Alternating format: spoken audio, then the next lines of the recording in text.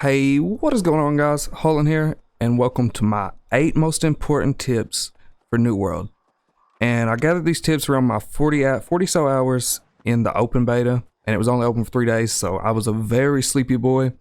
So let's go ahead and jump straight into it. Number 1 is questing and leveling. So very early on, I quit doing all side missions, all side quests and stuff, and I reached a point I was like 24, 23, and it was like the main quest was just reach level 30.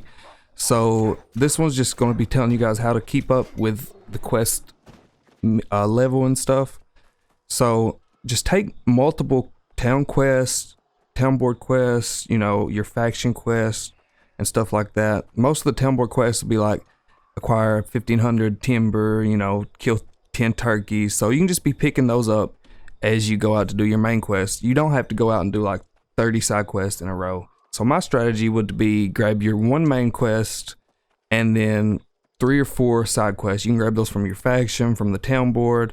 Me personally, I would just grab them all. So you'd have 7 quests, you'd have 1 main, 3 town board quests, and then 3 PvE faction quests, and then go out and complete all those, and then just turn them in when you come back. So that was number 1. Let's go ahead and jump straight into number 2. And number 2 is factions. So on factions, if you don't know too much about New World, make sure you and your friends, if you have like a big group of friends that all plan on playing on lunch day, make sure you and your group of friends all join the same faction, because later on down the road you could be on the opposite sides of a war, or you couldn't be able to do PvP quests together. It's not super important. You guys will still be able to do dungeons and stuff together if you don't get in the same faction, but later on, like as soon as the territories get taken and stuff, you guys could be on the opposite side of the war if you all want to compete in the wars and do it together and stuff. So nothing too important there, just yeah. So let's go ahead and jump into number 3. So there's no set class. There's no set weapon class in New World. So you can use whatever weapon you want. You can put any points you want into anything. So I recommend having an idea of what you want your end game to be, but don't like follow a guide to the T, because they could just, I recommend getting it figured out before level 20, trying whatever you want up to 20, because after 20 you have to start paying to respec and stuff. So that's number 3. Let's go ahead and jump straight into number 4. Number 4 is going to be about gear. So as you level up, you're going to be needing better gear. Some of your gear is going to be lagging behind. A lot of the gear up to level 10, it don't really matter up to level 10. But I recommend when you hit 15, 20, you spend some points, spend some of your faction tokens on getting some faction gear. And that's where most of your gear is going to be coming to. I say around level 30, 35, up to that point, you're going to be getting some expedition gear, some gear from the expedition, some mob gear, stuff like that. So gear's not really too important in the early game, but if you just want the best you can get, I recommend getting the faction gear, because in all of the betas, the faction gear was the best leveling gear. So I just recommend you guys grabbing that. So on to number 5. So number 5 is fast traveling. So in New World, you can't just fast travel all over the map for free. So you have to discover the locations, and then you can fast travel to them.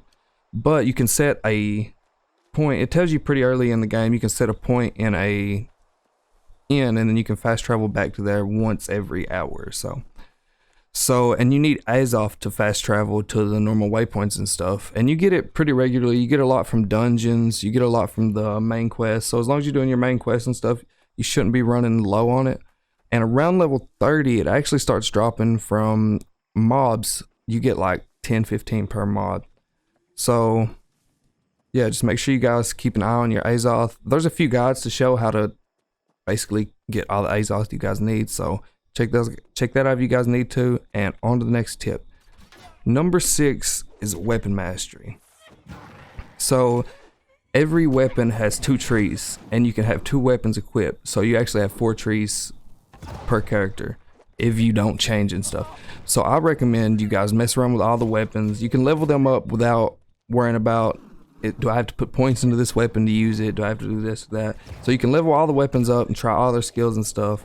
I recommend you guys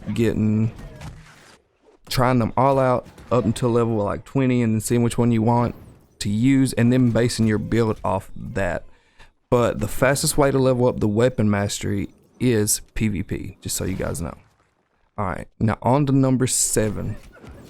Number 7 is going to be side hustle. Make sure you guys keeping up with your guys' side hustles. So like when you go out and you see a rabbit, you want to make sure you want to kill it, skin it, just to get that level up. When you see something that you can harvest, like any kind of plant, anything you can mine, make sure you guys are doing this every time you run across something you can mine, gather, kill, and skin. Because at certain points in the game, you're going to need like, say, 30 gathering to progress in your main quest. So just make sure you guys are keeping your side hustles up.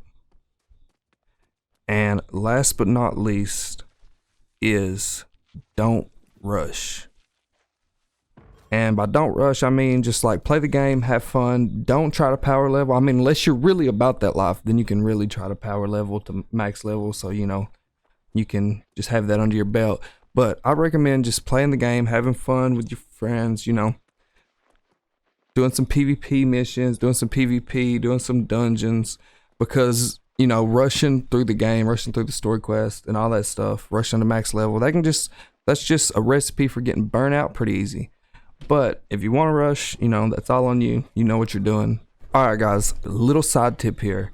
This one's really insider knowledge, so you're not going to make or break your game if you don't know this. But in each town, there's the banks. You can store stuff. You can upgrade it to how much you can store it, right?